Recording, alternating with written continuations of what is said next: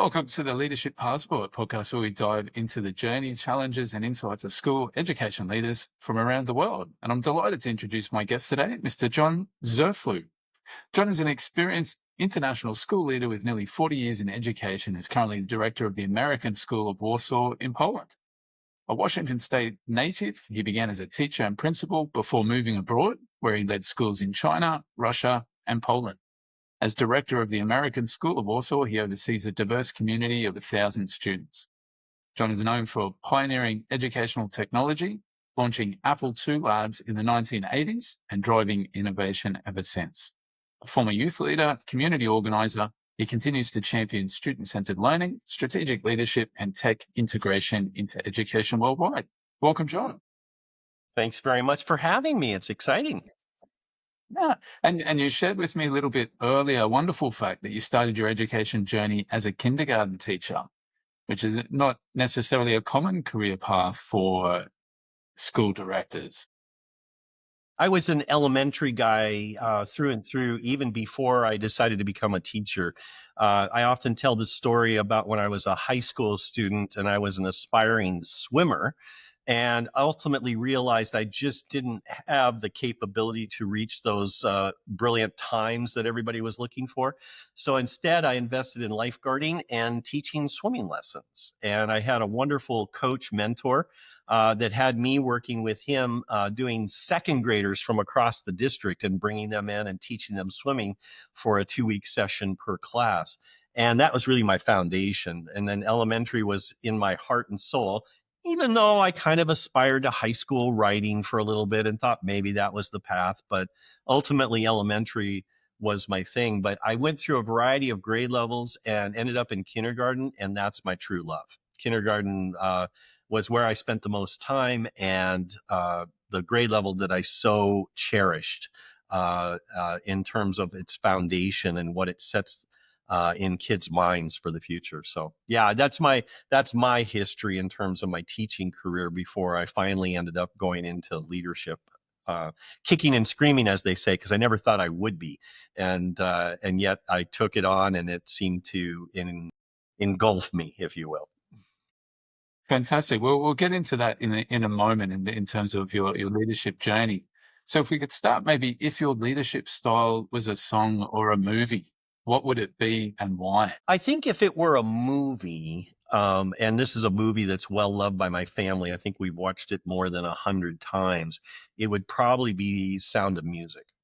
And the reason I say that is because the movie's always resonated with me, and music was always a big part of my kindergarten classroom. But in the broader metaphorical sense, it's about the rhythm of language and how that inspires us and how it takes us to a higher level of understanding how we fluently interact with people through emotion as well as through the words. And so those songs that weave through Sound of Music is what I like to think of weaving through my classroom. So when I was teaching kindergarten, we started every day with shaking our sillies out, right? And the guitar and moving and just doing those kinds of things. We learned vowels through apples and bananas. We just embraced that idea of singing through life, which is about establishing early language patterns that embrace reading and writing and everything else that comes after that. So that's a part of the reason that I loved kindergarten so much, was it set the standard for that. But it applies at any age and any grade level. You go to a place where everybody breaks out in song, and all of a sudden everybody's on the staff and everybody's on the connection. And so that Sound of Music, and particularly the theme that weaves through Sound of Music and walking across the mountains together, is a metaphor often used for describing how we take on the challenges of what we want to become. We always have core values that describe us, but they also are aspirational. And so that whole idea of walking through the Alps and getting to the other side and finding your path is a wonderful theme that weaves through that movie. So Sound of Music, hands down. Fantastic. And, talking about music and working in international schools, something that transcends language or culture or anything else, can cut through all of that, which is wonderful. So talking a little bit now about your leadership journey that you mentioned before, what inspired you to become an international school of education leader? You mentioned before you were sort of dragged kicking and screaming into it. Yeah. I was probably 10 years into my career, and I was inspired by a key leader that I had worked with for the bulk of that time. Judy Bilderback was my coach, my mentor, my principal. She got me into kindergarten, had faith in me when there weren't very many males in kindergarten at that time. And in fact, I think at some point in time, I was one of only two males in kindergarten in the entire Puget Sound area of Washington State. That's what it was like back in those days. And we saw the validity of having gender balance at all grade levels and all age levels so that kids could see those role models across different dimensions. But Judy really inspired me to bring my ideas into a leadership framework. I'd been dabbling with team leadership. I did Gifted and Talented and helped inspire a Gifted and Talented program.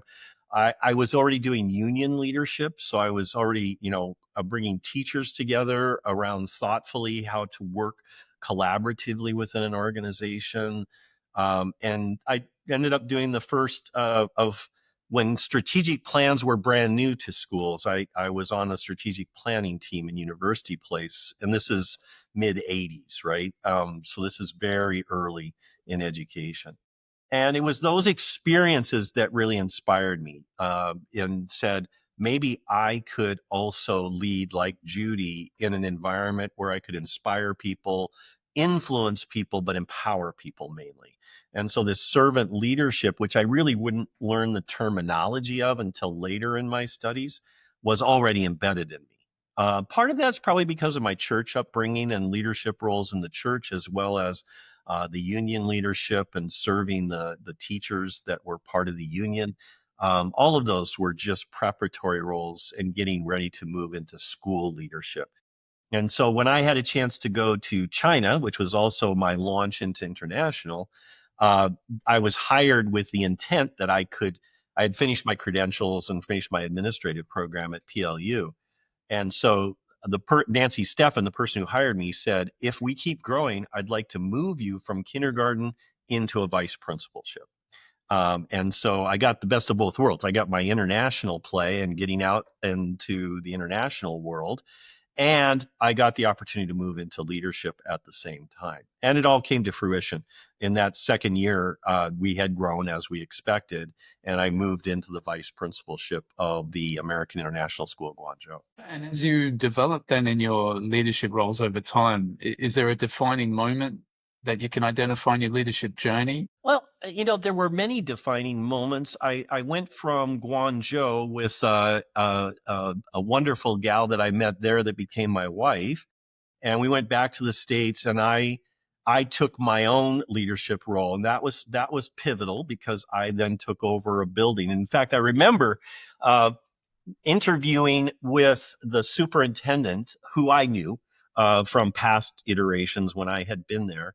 And he said to me, I've got two positions. You can either be the vice principal of Foothills or you can be the principal of Elkridge. Elkridge comes with its challenges. Foothills comes with an experienced principal that you can continue to learn from. And I said, I'm ready. I want to have my own building and craft it and move it down the pathway. And he said, go for it. And he gave me Elkridge Elementary, and that was my very first principalship. And that was pivotal. It was foundational. I both felt like I did well, but I also felt like I learned a lot. And I repaired a building that had been through some turmoil and challenges. So again, it cemented that servant leadership as we built something together at Elkridge. And we built some wonderful leading edge things. We adopted a 2-2-2 approach, which is two teachers, two classrooms, two grade levels. And we built a looping model for kids so that we could serve them across a wider spectrum within a single learning environment. We tore down walls, we opened up spaces, we did amazing things. It was a time of high stakes testing because of nation at risk. And so, the staff were looking for leadership and what do we do and how do we muster? And I said, just teach well. Don't worry about the test. The test will come if you just do a good job teaching. So embrace your students, embrace their learning, and focus there. You could feel the air just escape from everybody's attention. And it just happened that the superintendent at the time was waltzing through, and he pulled me aside into a closet and said to me, "That was brilliant." And I've remembered that to this day, that was brilliant, that you said exactly the right thing at exactly the right moment. And they're all off working now on their curriculum and implementing so that they can teach well. Hmm. So that was pivotal. Right. But equally, I did 5 years there. And then Mike Williams called me and said, come open a new school for me in Shanghai. And in Shanghai, it was principal, it was director of tech and assessment, it was deputy head of school. I mean, in the 7 years there, it was one pivotal thing after another, 5 construction projects, multiple school openings, furniture, fitting out, technology, the whole 9 yards. So it was just an amazing journey in Shanghai that ultimately led me to Moscow, which was itself pivotal in a very different sort of way, and then ultimately to Warsaw. Mm. Amazing. And you're just talking then about different countries and very different cultures. And Yeah. I'm wondering what's your biggest aha moment in leading schools and communities across those different cultures? So, right towards the end of Shanghai, I started doing more deeper studying and coursework associated with leadership, and so I finally started attaching names, theories, and research. Not that I hadn't done any to date, but I really went deep. So I got into Bass and looked at transformational leadership, but equally, I got introduced to Hofstede and his cultural dimensions. And I really went deep on understanding what the research was telling us about these predispositions that are culturally generated, not always 100% consistent, but a lot of his research led to an understanding of what different cultures see as important to them. And it's that cultural perspective and the willingness to understand that lends itself to transformational leadership in that context. So when you're looking to transform people, when you're looking to help people be better and be empowered and be enabled in the work, it's about understanding the culture that is the backdrop to that. What do they rely on as their cultural wiring when they're looking at something? Are they a long-term versus short-term? Are they centralized versus decentralized? And all of these different cultures have predispositions in one direction or another along those scales. If you understand that, even if you understand just the dynamics of that, you're a better leader within the context of a highly diverse school. I've got 60 nationalities here in Warsaw. I had 50 in Moscow. Even in Shanghai, it was 30 plus. So you really have to get a sense of how do you understand each person's context as they bring what they're bringing to the table, whether that's kids or staff or parents, whoever you're dealing with. Understanding that culture, understanding those expectations.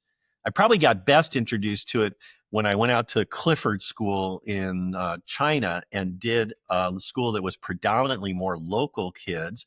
It was an ISS contract, and it was a special permission deal because they were able to mix for the first time. This is 96, 97, national Chinese and international kids together on the same campus. Guangdong province gave special permission to Clifford at the time in order to open that school. But it was a brilliant experience because there you were, me working side by side with experienced Chinese principals with a very Chinese backdrop context. I had a little bit of an advantage because I had a Chinese wife that I was wooing. So I had at least that piece on my side. But, understanding that and understanding what it is that drives them and being able to bounce that off of somebody who has that deeper understanding has been powerful in my leadership and in my influencing within the context of organizations. I'm not perfect, but I think I have a deepening understanding of what these different points of view bring to the table. So talking about then now some of the intricacies or the realities of leadership, what's one of the toughest leadership challenges you've faced and how did you navigate it? Well, there've been many over the years. In China, it was obviously various iterations of politics, and at that time it was bird flu or it's HN1, those kinds of things. But construction was a huge challenge in getting buildings ready and working 24/7 for that opening day and being able to pull the door open and say, "Yeah, we're open for business." So construction was certainly a significant challenge. And getting staff to rally to that because they take the brunt of that in terms of getting classrooms ready in short order and pushing furniture around and sweating to the hilt in Shanghai temperatures. So, those kinds of fundamental challenges were always there. COVID was a particularly daunting challenge, but I took a different path than most others, and we kept school open except for that short closure from March to June. We were open through the bulk of COVID with medical testing and a strong regime of practices and building adaptation. I partnered with medical science, and we found a path and we found a way, and we kept school alive. And I think we still live on the goodwill of having done that to a certain extent. But we've also recently done 24 million in renovation and construction here that was already on the drawing board when COVID hit. Moving ahead with that has been daunting, and we're just at the tail end of this and ready to cut ribbons in the end of May and see that come to fruition. So those are the functional challenges. PSI and Ukraine and the war and bringing their campus here for a couple of years. They're back in Kiev. I worry about them every day with all of the news that's coming from there, checking in with them regularly to see how they're doing. But the other challenges obviously are just the incremental stuff, the staffing challenges, the student discipline challenges, the things that go above and beyond in that regard, problem solving when crises strike. Um, those are all just par for the course and part of the job. Mm. Wondering if there's one mistake that's shaped your leadership approach over the years. I don't know if I would call it mistakes, but I would call it looking back and saying, was that the right move at the right time? And and I'm always kind of questioning that in my reflection process. I'm my own worst enemy in terms of my own reflection on myself and evaluating myself. And everybody knows that around me. My team knows that too. They have to be thoughtful because they know that I'm probably evaluating myself 100 times more harshly than they are if something doesn't go quite right.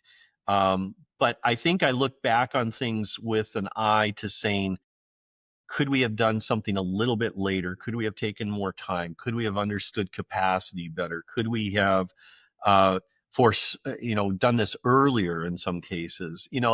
Those kinds of things. It was the magnitude. Was there enough people involved in the decision making? Did I understand? This is the one I catch myself on the most. I know this, and yet it still is challenging to dig into it.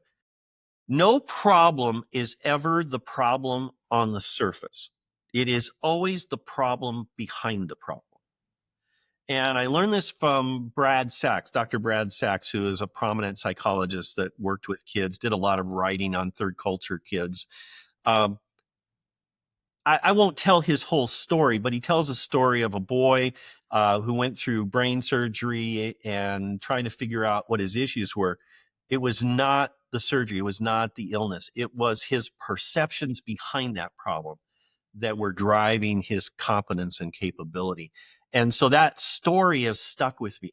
And I realize now, as I'm dealing with whether it's staff discipline or teacher discipline or a big project, it's not the problems on the surface.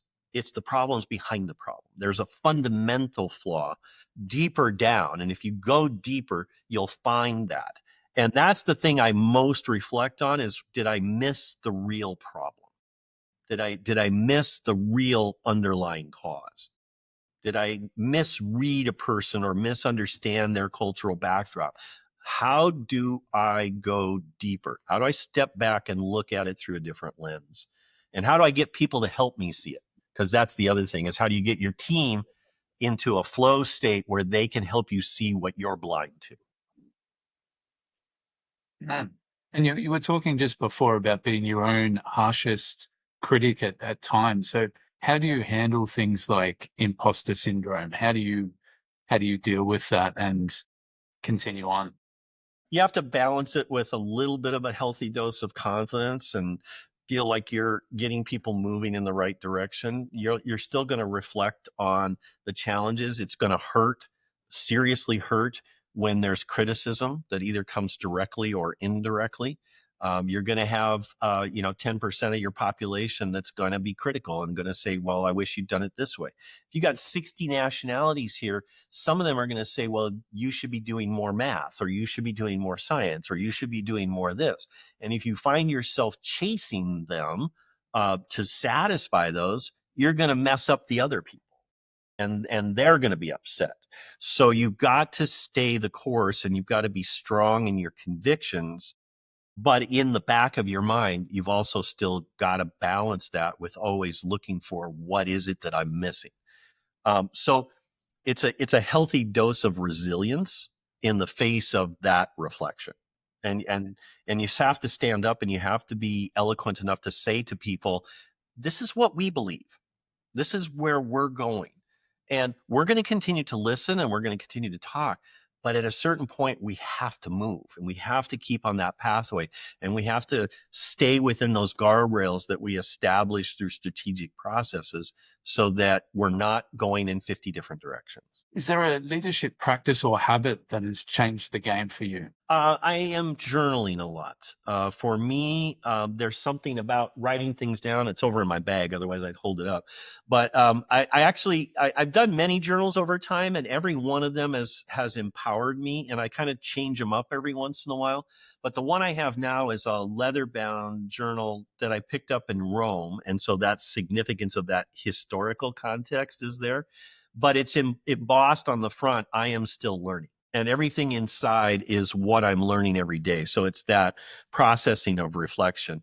And I think there's something to writing. I've tried online journals, and they've been powerful too, but the best ones are the ones where I'm working in pencil on paper in a leather bound journal. And that has really inspired me, particularly in this journey towards retirement.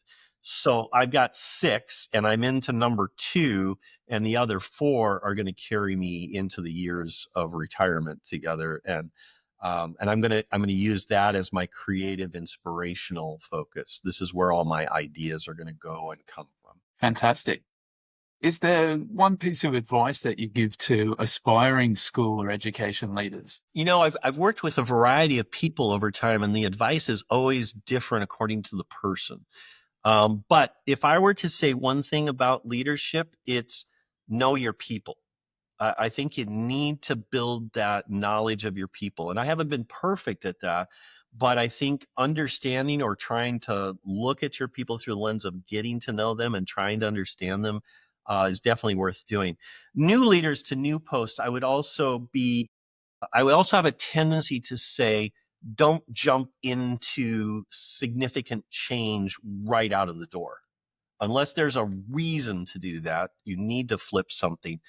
Most often than not, uninformed change is more daunting to follow up than if you learn about the people first and then bring legitimate change to the table. So those things need to go hand in hand. Hmm. Very good.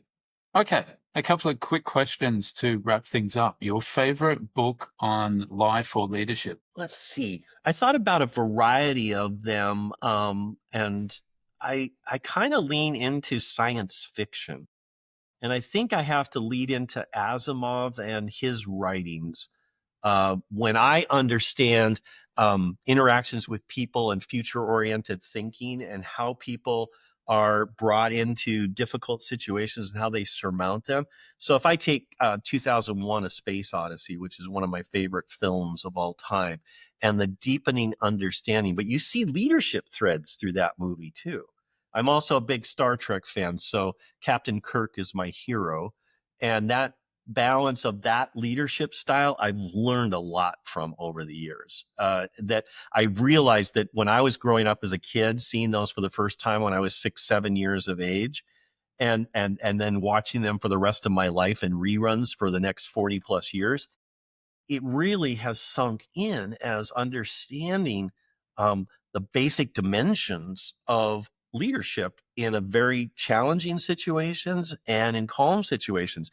And if you look at the relationships, you look at the metaphors of the connections between very different kinds of people, or not people, as the case may be, but really being able to see the behind the scenes when they were dealing, for example, with aliens and different planets. I'm thinking to myself, well, that's that cultural dimension, understanding that there may be a completely different way of thinking about this, that entity is looking at that situation. And how does common understanding come from that significantly different perspective? So I have to lean into, I know that's not really a book or a title, but Asimov and some of his early work, and then certainly Star Trek and Roddenberry and his writing as he built this universe, if you will, of thinking around uh, going into the unknown and leading. Fantastic. What's the strangest, funniest, or weirdest thing you've ever seen in a school or take place in a school? Well, there's so many of them over the years. I mean, because we've done all the costume days and things like that. But I'll tell you one that just happened about a month or so ago is one of our students got Apple Vision Pro. And we have some well-to-do students, so it happens once in a while. But he did a project out of his design class and he wore it throughout the day. So it has, the vision. And so he's able to navigate. But I caught him in the lunchroom and I had a conversation with him with his little eyes showing there. And as he was picking his items for lunch, and I just empowered that and said, do that. I want to hear about your experiences. And I want to see where this goes. And it was just fascinating. It was like something from Back to the Future when they go, up into the 2000s and beyond. But it was so fun and it was so great. So those kinds of things, when they pop up, when kids just have these unique ideas or they build things and they want to show you and they want to show you what they built. Our second graders also do this um, machines building day, and they build all these kind of Rube Goldberg things that have these balls going down through 53 different channels and things like that. And they're always so proud. They're always so proud of what they build. So I think those are my favorite.